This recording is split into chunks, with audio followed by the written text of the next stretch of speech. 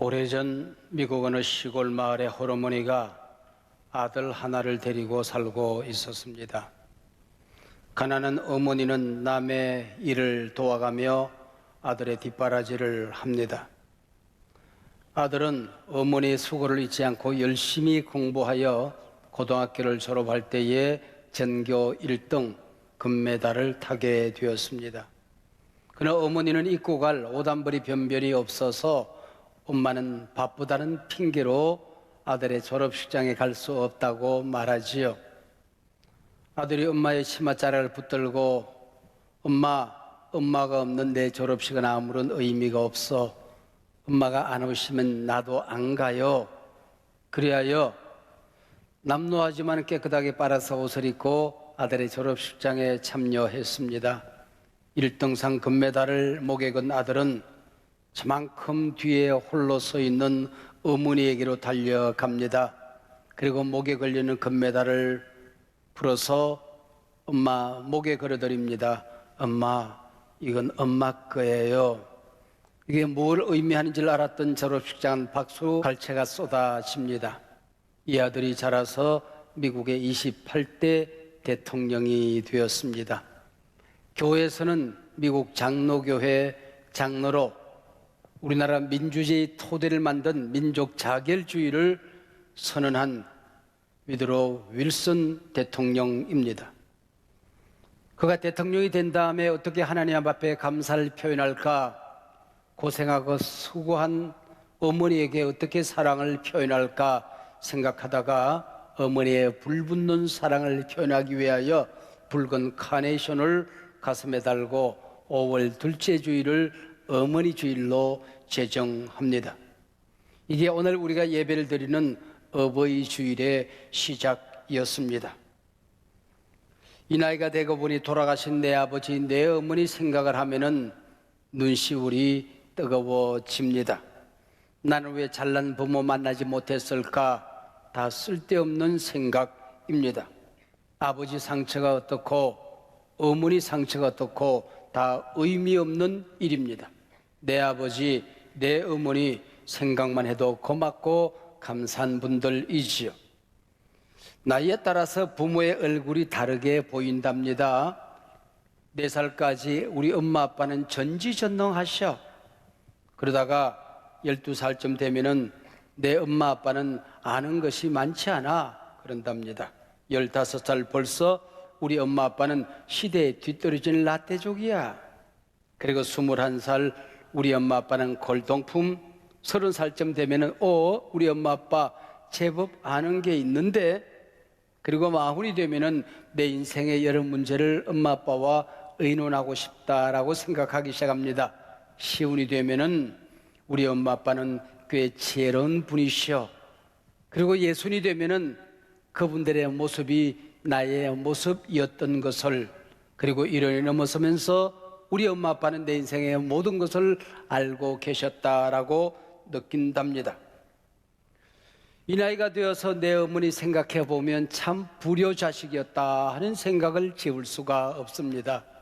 내 어머니 좀 더 살았으면 좋을 뻔하였는데 일찍 돌아가신 것은 불효자식 때문에 간장이 넣고 심장이 떨어져서 돌아가시지 않았나 하는 생각을 하게 됩니다. 어린 시절 감나무에 올라갔다가 감나무 꼭대기에서 떨어지는데 내 어머니가 부엌에 앉아서 그 광경을 지켜봅니다. 소리가 나오지 않더래요.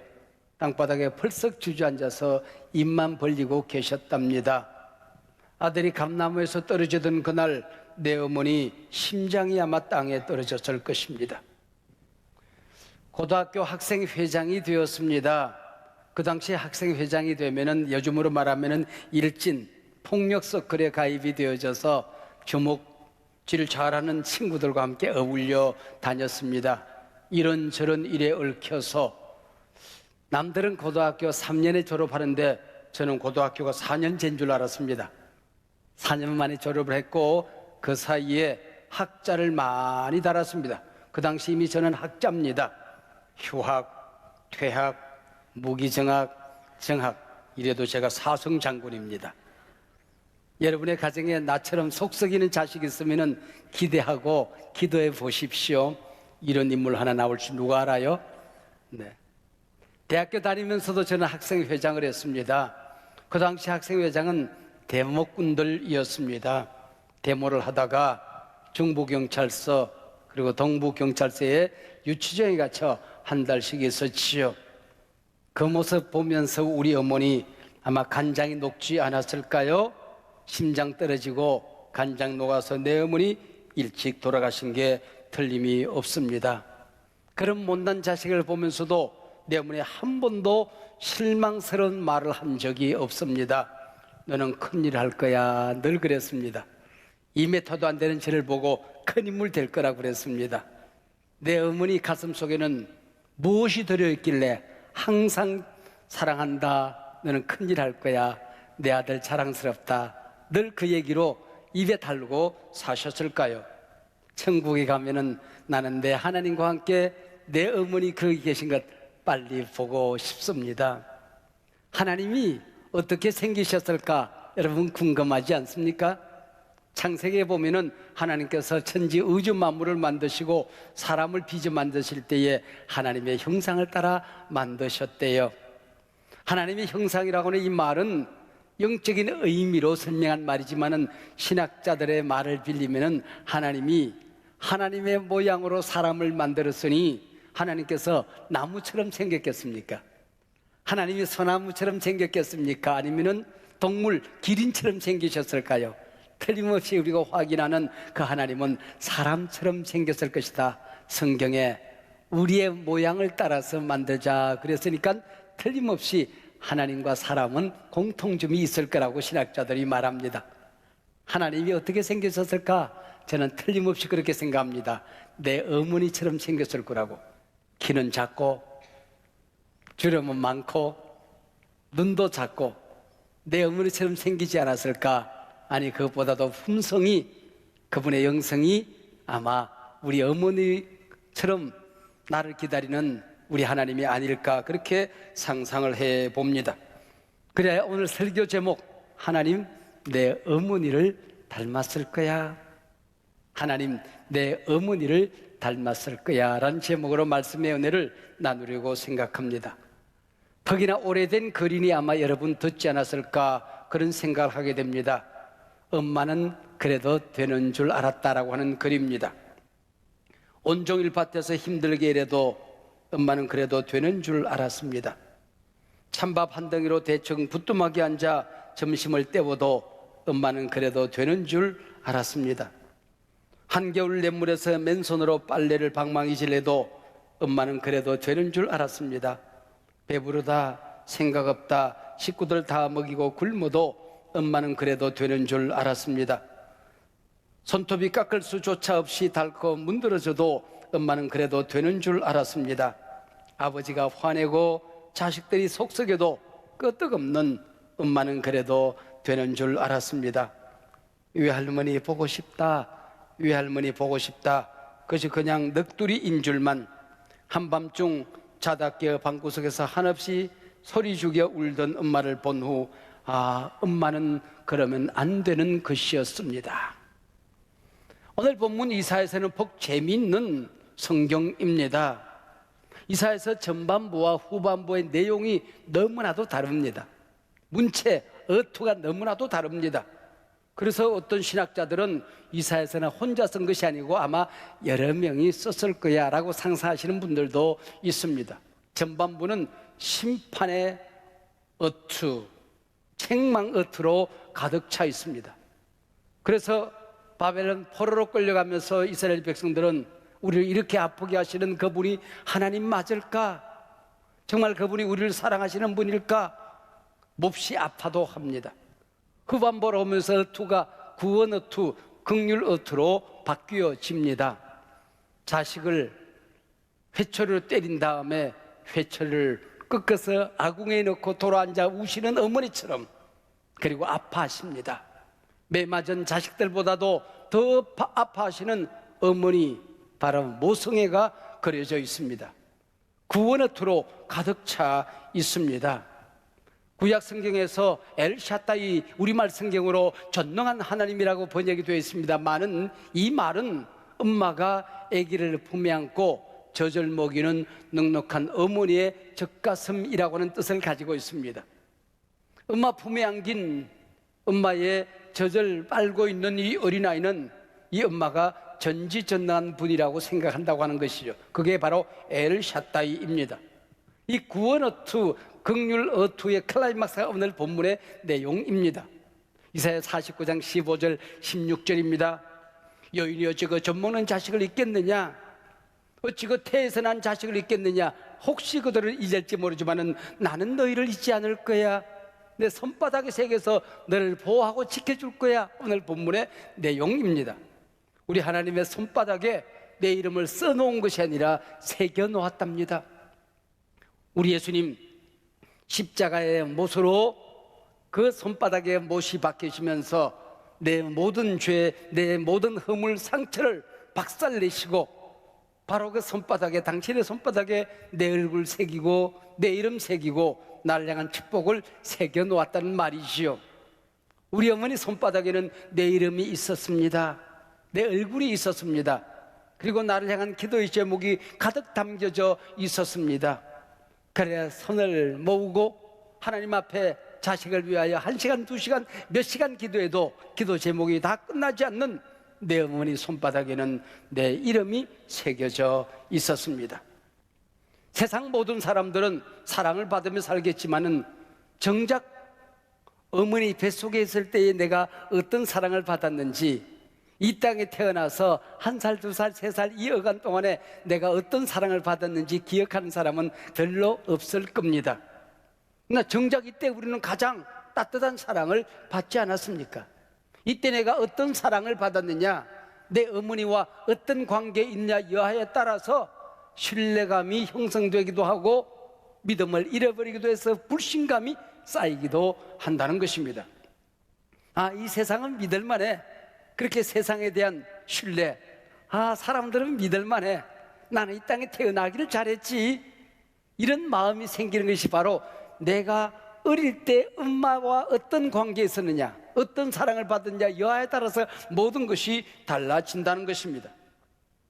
아기는 엄마의 사랑을 어떻게 느낄 수가 있을까요? 우리의 피 속에, 뼈 속에, 살 속에 우리 모두 엄마의 사랑이 녹아 있습니다. 쓰다듬어 주는 사랑, 이 촉감을 통하여 우리 아기는 엄마의 사랑을 먹는다는 겁니다. 엄마의 품에 안겼을 때에 엄마의 젖을 물고 그 따뜻한 품 속에서 하나님은 참 나를 사랑하는가 봐. 하나님의 사랑을 이미 우리가 배우고 느낀다는 것이죠. 눈맞춤을 통하여 엄마의 사랑이 눈을 통하여 아이에게 흘러들어가고 아가는 눈을 통하여 엄마의 사랑을 마신다는 것입니다. 그리고 따뜻하고 포근한 엄마의 목소리를 통하여 하나님과 대화하기 시작합니다. 아기를 품에 안은 엄마는 이미 언어를 다 잃어버렸습니다. 똑같은 아기가 되어서 아기의 언어로 이 아기와 대화하지 않습니까? 옹알라 그랬어. 옹알라 그래. 벌써 둘이 다 얘기를 하고 있는 겁니다. 이 아기가 엄마와 옹알이를 통하여 대화하면서 하나님과 대화하기 시작하는 것입니다. 이때 신뢰감이 쌓여지고 사랑이 쌓여져서 세상을, 그리고 이웃을, 자기 자신을 신뢰하면서 살아가게 된다는 겁니다. 철없는 자식들이 시집을 가서 아기를 낳게 되면은 우리 엄마도 나를 이렇게 사랑했었을 거야. 엄마의 사랑을 깨닫기 시작하는 거죠. 우리 아빠도 이렇게 기뻤을까? 아빠의 사랑을 느끼기 시작한다는 것입니다. 그러나 바로 이때에 아기가 엄마의 사랑을, 엄마의 그 따뜻한 촉감을, 엄마의 목소리를 듣지 못하고 자란 아이들은 불신감을 가지게 되는 것입니다. 거절감을 안고 살아가게 되는 것이죠. 나는 이 세상에 잘못 태어났나 봐. 나를 사랑하는 사람은 이 세상에 없어. 여러분, 이 세상이 불행한 것은 어머니의 사랑을 먹지 못한 자식들이 날로 늘어가고 있다고 하는 겁니다. 어머니의 사랑을 받지 못한 사람은 사랑이라고 하는 말을 들었을 때에 그 포근했던 엄마의 품, 따뜻한 목소리, 온 우주에 가득 찬 하나님의 사랑을 상상하는 것이 아니라 에로스의 사랑, 성적인 사랑만 머릿속에 지나간다고 하는 겁니다. 이게 불행이라고 하는 겁니다. 이런 젊은이들이 남자와 여자가 만나서 결혼을 하게 되면은 처음에는 화끈합니다. 그러나 1년이 채 지나지 않아서 상처를 주고받습니다. 말이 날카로워집니다. 가정 파괴범이 있다고 한다면은 어머니 사랑의 부재입니다. 아버지 사랑의 부재입니다. 여러분 기억하십시오. 하나님께서 여러분을 이 세상에 보낼 때는 여러분들 사랑받는 존재로 이 땅에 보냈습니다. 당신은 사랑받기 위해서 이 땅에 태어난 사람들입니다. 여러분 속에는 불신, 여러분 속에는 상처, 거절감, 그건 하나님의 뜻이 아닙니다. 하나님의 계획이 아닙니다. 거기 갇혀서 살아서는 안 되는 것입니다. 그 더러운 상처에, 거절감에 갇혀서 살지 말아야 되는 것입니다. 그 모든 것들을 툴툴 털어내고 우리가 살아야 하는 것이지요. 이 땅에 귀하지 않은 부모는 없습니다. 그분들이 내게 아무것도 해주지 않았다고 할지라도 그분들이 나를 이 땅에 태어나게 하신 것 하나만으로, 그분들의 피를 타고 내가 이 땅에 태어난 것 하나만으로 그분들은 존경받아 마땅한 분이고 사랑받아 마땅한 분들이십니다. 혹시 여러분 안에 아버지 상처가 남아 있습니까? 아직도 여러분 안에 어머니에 대한 섭섭증이 남아 있습니까? 오늘 이 아버지를 우리가 하나님 앞에 예배하면서 그분들을 용서하시길 바랍니다. 그분들의 용서를 선언하시길 바랍니다. 오늘 이 전을 나가기 전까지 여러분 그들을 용서하는 기도를 드리시길 바랍니다. 내 아버지, 내 어머니 사랑합니다. 나는 당신의 따뜻한 품을 나는 기억하지 못합니다. 당신이 나를 격려했던 그 따뜻한 손길을 나는 느끼지 못합니다. 그러나 하나님이 나를 그렇게 사랑하셨으니 하나님의 사랑으로 나는 당신을 사랑합니다. 소중하다, 귀하다, 사랑스럽다, 당신의 따뜻한 은혜를 기다렸지만은 당신은 대신에 날카로운 말들과 싸늘한 눈빛으로 나를 대했습니다. 그러나 나는 하나님의 사랑이 내 안에 담겨 있으니 우리 하나님의 사랑으로 당신을 사랑합니다. 아마 당신들도 당신의 아버지 어머니로부터 그 따뜻한 사랑의 은혜를 듣지 못했음에 틀림이 없습니다. 당신의 잘못이 아닙니다. 그러니 나는 하나님의 자녀가 되었으니 이제 내 아버지 내 어머니 당신들을 사랑하고 당신들을 놓아드립니다. 모든 상처로부터, 모든 불만으로부터, 모든 거절감으로부터 당신은 자유하십시오. 엄마, 아빠, 우리 함께 십자가 밑으로 나아가십시다. 거기서 예수님의 사랑을 우리의 사랑으로 받아들이기로 해요. 그 아버지 하나님의 사랑을 우리의 사랑으로 받아들이기로 해요. 여러분, 이것이 바로 내 아버지 내 어머니를 용서하는 기도가 될 것입니다. 여러분, 성경은 그 전지전능하신 하나님, 우주를 만드신 하나님, 우리의 언어로 표현할 수 없는 그 어마어마한 하나님을 아버지로 소개하고 있습니다. 그 하나님을 어머니의 사랑, 모성애로 소개하고 있는 것입니다. 그래서 저는 천국에 가면은 하나님을 만나고 내 어머니를 만나면은 저분들은 닮았을 거야 라고 상상을 해보는 것입니다. 부모, 참 신비한 존재 아닙니까? 저는 평생 꿈이라는 걸 모릅니다. 꿈을 꾸본 적이 별로 없습니다.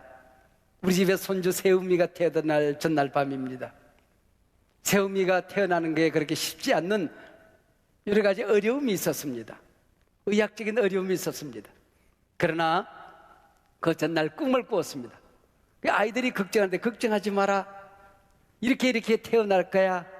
간밤에 아빠가 꿈을 꾸었어. 내가 꿈을 꾼 그대로 우리 손주 녀석이 태어났어요.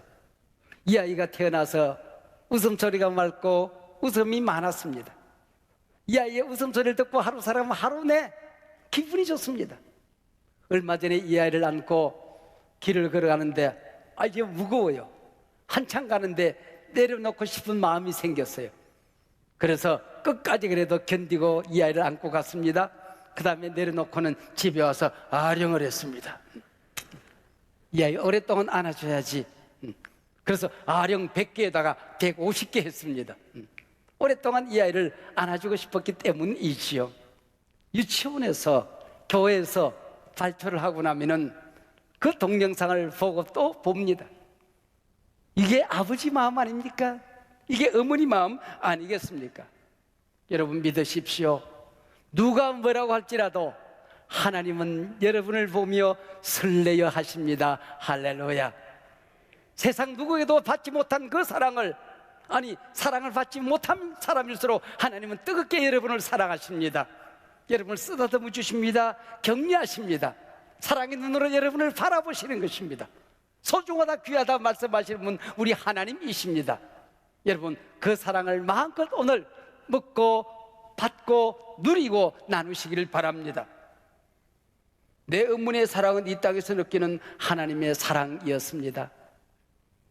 보혜사 성령님, 성삼일체 가운데 보혜사라는 말이 있지 않습니까? 이 보혜사라고 하는 말은 아기를 품에 안고 쓰다듬어 주고 젖을 먹이고 보호해주는 엄마의 사랑이라는 뜻을 가지고 있는 것입니다. 어머니의 사랑은 보혜사의 사랑이었습니다. 엄마의 사랑은 내 허물을 덮어주는 사랑이었습니다.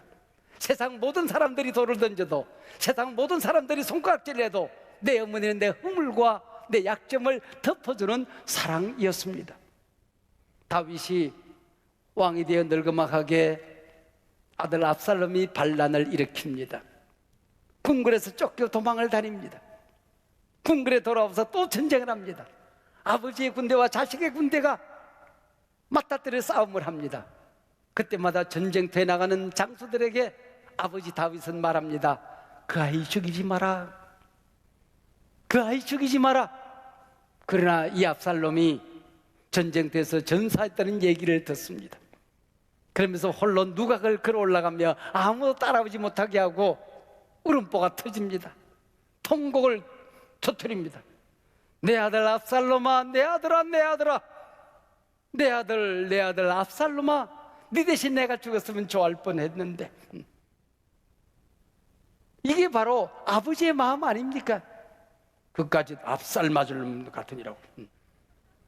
그런 놈 자식, 아버지에게 반란을 일으킨 그 자식을 이름을 부르며 통곡하는 것. 여러분, 자식은 아버지를 배신했지만은 아버지는 자식을 위하여 통곡하는 사랑, 덮어주는 사랑 아니었습니까? 저는 교통사고 하나를 알고 있습니다. 엄마와 아빠가 외동딸을 데리고 차를 몰아가고 있었습니다. 근데 술 취한 운전사가 모는 덤프트럭 한 대가 비틀거리며 달려오더니 중앙선을 넘어서 이 차를 덮쳐버렸습니다. 그때 엄마가 딸의 이름을 부르면서 엎드려 하고 딸을 안습니다. 경찰이 도착해서 종이쪽지처럼 구겨진 차량을 뜯어내고 보니까 엄마는 산산이 부셔진 몸뚱아리가 되어 이미 죽었습니다. 근데 그 속에 기절해 있던 딸아이는 찰과상 정도, 그 아이에서 깨어나자마자 병원에서 그냥 걸어다닐 만한 딸아이가 되었습니다. 지금은 아마 그 대학생이었던 그 딸아이가 50이 훌쩍 넘은 중년 여인이 되어 있겠지요. 이게 어머니입니다. 어머니.